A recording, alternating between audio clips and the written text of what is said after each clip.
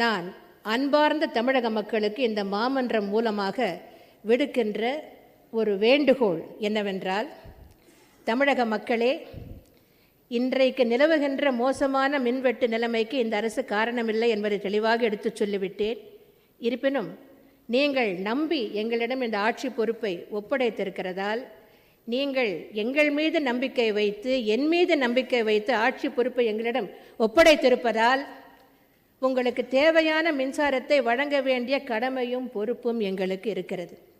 ஆகவே அந்த இலக்கை நிச்சயமாக அடைந்தே தீர்வோம். மோசமான மின்வெட்டு நிலைமையை கடந்து விட்டோம். அது முடிந்து விட்டது. அது கடந்த காலத்தில் இருக்கிறது.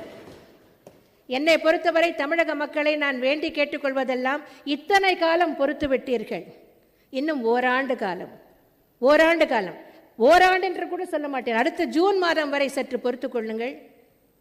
பேர் வித் மீ என்று கேட்கிறேன். சற்று பொறுமை காட்டுங்கள்.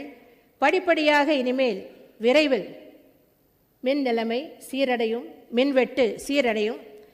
நான் ஏற்கனவே தெளிவாக எடுத்துரைத்தபடி 2013ஆம் ஆண்டு இறுதிக்குள் இந்த மின்வெட்டு நிலைமை அறவே நீக்கப்படும்.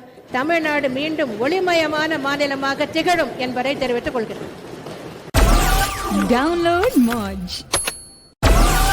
Download Moj.